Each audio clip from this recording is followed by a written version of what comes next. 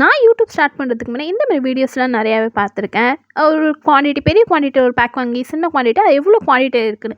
So இன்றைக்கி நம்ம வந்து 1 kg டயர்ட் சர்ஃப் பாருங்கள் 164 ருபீஸ்க்கு உள்ளது. தென் அதே ஈக்குவலில் வந்து 10 ருபீஸ் பேக்கெட்டும் நாங்கள் வாங்கிக்கிட்டோம்.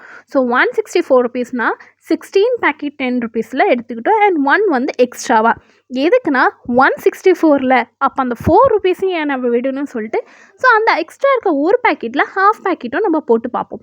ஸோ லெஃப்ட் சைடில் நீங்கள் ஃபஸ்ட்டு பார்த்துருப்பீங்க. ஃபஸ்ட்டு போட்டது வந்து 1 kg உள்ள பேக்கெட் ஸ்டைல் அண்ட் இப்போ போட்டுட்டு இருக்கிறது வந்து 10 ருபீஸ் பேக்கெட்டில் உள்ளது. ஸோ இது கம்ப்ளீட் ஆனோடனே குவான்டிட்டி எப்படி இருக்குதுன்னு நீங்களே பார்க்கலாம். ஸோ இந்த பேக்கெட் தாங்க பாருங்கள், இது 17th பேக்கெட். இது வந்து பாதி தான் போட்டோம், பாதி இருக்குது. ஏன்னா அந்த 4 ருபீஸும் நம்மளுக்கு ஈக்குவல் ஆகணும்ல.